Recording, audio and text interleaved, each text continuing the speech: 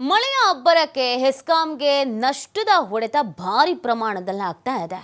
ಗಾಳಿ ಮಳೆಯಿಂದ ವಿದ್ಯುತ್ ಕಂಬ ಟ್ರಾನ್ಸ್ಫಾರ್ಮರ್ಗೆಲ್ಲವೂ ಕೂಡ ಡ್ಯಾಮೇಜ್ ಆಗ್ತಾ ಇರೋದು. ಈ ಕಂಬ ಟ್ರಾನ್ಸ್ಫಾರ್ಮರ್ಗಳು ಹಾನಿಯಾಗಿ 5.65 ಕೋಟಿ ನಷ್ಟ ಸಂಭವಿಸಿದೆ. ಹೆಸ್ಕಾಂ ವ್ಯಾಪ್ತಿಯ 7 ಜಿಲ್ಲೆಗಳಲ್ಲಿ ಧರೆಗುರುಳ್ತಾ ಇದೆ ವಿದ್ಯುತ್ ಕಂಬಗಳು. ಮಳೆಯ ಅಬ್ಬರಕ್ಕೆ ಕೆಟ್ಟು ನಿಂತಿದೆ ವಿದ್ಯುತ್ ಟ್ರಾನ್ಸ್ಫಾರ್ಮರ್ಗಳು.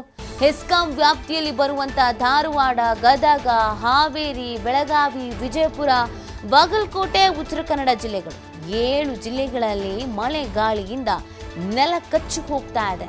4156 ಕಂಬಗಳು, 196 ಫಾರ್ಮರ್ಗಳು, 11.22 ಕಿಲೋಮೀಟರ್ ಉದ್ದದ ವಿದ್ಯುತ್ ತಂತಿಗಳಿಗೆ ಭಾರಿ ಪ್ರಮಾಣದಲ್ಲಿ ಡ್ಯಾಮೇಜ್ ಆಗಿರೋದು. ನೋಡಿ, ಈ ಎಲ್ಲ ಭಾಗಗಳಲ್ಲೂ ಕೂಡ ಭಾರಿ ಪ್ರಮಾಣದಲ್ಲಿ ಮಳೆ ಆಗ್ತಾ ಇದೆ. ಅದು ಗಾಳಿ ಸಮೇತ ನಿರಂತರವಾಗಿ ಸುರಿತಾ ಇರುವಂಥ ಧಾರಾಕಾರ ಮಳೆ. ಹಾಗಾಗಿ ಸಾಕಷ್ಟು ರೀತಿಯಾದಂಥ ಸಮಸ್ಯೆಯನ್ನು ಎದುರಿಸಬೇಕಾಗಿದೆ. ನೋಡಿ, ಎಲ್ಲಿ ನೋಡಿದ್ರೂ ತಂತಿಗಳು ಕಟ್ಟಾಗಿ ಬಿದ್ದಿದೆ, ಹಾಗೆಯೇ ಲೈಟ್ ಕಂಬಗಳು ಬಿದ್ದೋಗಿದೆ, ಟ್ರಾನ್ಸ್ಫಾರ್ಮರ್ಗಳು ಕೆಟ್ಟು ನಿಂತೋಗಿದೆ. ಈ 7 ಜಿಲ್ಲೆಗಳಲ್ಲೂ ಭಾರಿ ಪ್ರಮಾಣದಲ್ಲಿ ದಾಖಲೆಯ ಮಳೆ ಆಗ್ತಾ ಇದೆ. ಹಾಗಾಗಿ ಅನಾಹುತಗಳು ಕೂಡ ಸಂಭವಿಸ್ತಾ ಇದೆ. ಅದರ ಜೊತೆಗೆ ಕೋಟಿ ನಷ್ಟ ಸಂಭವಿಸ್ತಾ ಇರೋದು. ಬೆಳಗಾವಿ, ವಿಜಯಪುರ, ಬಾಗಲಕೋಟೆ, ಉತ್ತರ ಕನ್ನಡ ಜಿಲ್ಲೆಗಳು ಇಲ್ಲೇ ಭಾರಿ ಮಳೆ ಆಗ್ತಾ ಇದೆ. ಈ ಗಾಳಿಯಿಂದ 4156 ಕಂಬಗಳು ಕೆಳಗೆ ಬಿದ್ದೋಗ್ಬಿಟ್ಟಿದೆ. ಹಾಗಾಗಿ ಹೆಸ್ಕಾಂಗೆ ಇನ್ನಿಲ್ಲದಂಥ ನಷ್ಟ ಭಾರಿ ಪ್ರಮಾಣದಲ್ಲಿ ಹೊಡ್ತಾ ಕೊಡ್ತಾ ಇದೆ. ಬಟ್ ಇದನ್ನೆಲ್ಲ ಸರಿ ಮಾಡಲೇಬೇಕು, ಬಿಡಕ್ಕಂತೂ ಆಗಲ್ವಲ್ಲ. ವಿದ್ಯುತ್ ಬೇಕಾಗತ್ತೆ, ಸರಿ ಮಾಡಿಸ್ಲೇಬೇಕಾಗತ್ತೆ. ಈ ಮಳೆಗಾಲ ಹೆಸ್ಕಾಮಿಗಂತೂ ಚಳಿ ಜ್ವರ ತರಿಸ್ತಾ ಇದೆ ಅಂತ ಹೇಳಿದ್ರೆ ತಪ್ಪಾಗಲಿಕ್ಕಿಲ್ಲ. ಅಷ್ಟು ಪ್ರಮಾಣದಲ್ಲಿ ಕೆಲವೊಂದಷ್ಟು ಲೈಟ್ ಕಂಬಗಳಿಗೆ ತೀರಾ ಹಿಂದಿನ ಲೈಟ್ ಕಂಬಗಳಾಗಿದ್ದು, ಹಾಗಾಗಿ ಅವು ಮುರಿದು ಬೀಳ್ತಾ ಇದೆ. ಇನ್ನು ಕೆಲವು ಕಡೆಯಲ್ಲಿ ಬೃಹದಾಕಾರದ ಮರಗಳು ಕೆಳಗೆ ಬೀಳ್ತಾ ಇದೆ. ಇದರಿಂದ ಕೂಡ ಡ್ಯಾಮೇಜಸ್ ಆಗ್ತಾ ಇದೆ. ಈ ಬಗ್ಗೆ ಮತ್ತಷ್ಟು ಮಾಹಿತಿ ನೀಡ್ತಾರೆ ನಮ್ಮ ಪ್ರತಿನಿಧಿ ಯಲ್ಲಪ್ಪ. ಎಷ್ಟು ಪ್ರಮಾಣದಲ್ಲಿ ನಷ್ಟ ಸಂಭವಿಸ್ತಾ ಇದೆ ಈ ಮಳೆಗಾಲದಲ್ಲಿ ಅನ್ನೋದು ಗೊತ್ತಾಗ್ತಾ ಇದೆ. ಹೆಸ್ಕಾಂ ಇದನ್ನು ಹೇಗೆ ಬ್ಯಾಲೆನ್ಸ್ ಮಾಡತ್ತೆ ಅಂತ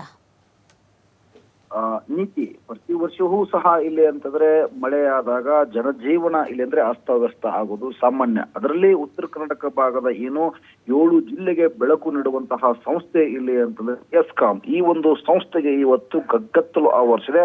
ಅದಕ್ಕೆ ಮೂಲ ಕಾರಣ ಅಂತಂದ್ರೆ ಕಳೆದ 15-20 ದಿನಗಳಿಂದ ಬಿಟ್ಟು ಬಿಡದ ಸುರಿಯುವಂತಹ ಮಳೆ. ಈ ಒಂದು ಮಳೆ ಬಿರುಗಾಳಿಗೆ ಬರೋಬ್ಬರಿ ಇಲ್ಲಿ ಅಂದ್ರೆ ನಷ್ಟ ಆಗಿದ್ದು ಎಷ್ಟು ಅಂತಂದ್ರೆ 5.65 ಕೋಟಿ ರೂಪಾಯಿ ಇವತ್ತು ಹೆಸ್ಕಾಂ ವ್ಯಾಪ್ತಿಯಲ್ಲಿ ಅಂತಾರೆ ನಷ್ಟ ಆಗಿದೆ. ಅಂದ್ರೆ ಈಗ ಒಂದ್ ಕಡೆ ಅಂತಂದ್ರೆ 4156 ವಿದ್ಯುತ್ ಕಂಬಗಳು ನೆಲ ಕಚ್ಚಿದ್ರೆ 196 ವಿದ್ಯುತ್ ಪರಿವರ್ತಕಗಳು ಈಗಾಗಲೇ ಅಂದ್ರೆ ಈ ಒಂದು ಮಳೆಗೆ ಕೆಟ್ಟ ನಿಂತ್ರೆ ಬರೋಬ್ಬರಿ ಇಲ್ಲಿ 11.22 ಅಂದ್ರೆ 2 ಏನು ಕಿಲೋಮೀಟರ್ ಉದ್ದದಷ್ಟು ವಿದ್ಯುತ್ ತಂತಿಗಳು ಈಗಾಗಲೇ ಅಂದ್ರೆ ನೆಲ ಕಪ್ಪಳಿಸಿನ ಅದು ಮರಳಿ ಇಲ್ಲಿ ಅಂದ್ರೆ ಉಪಯೋಗ ಆಗೋದಿಲ್ಲ.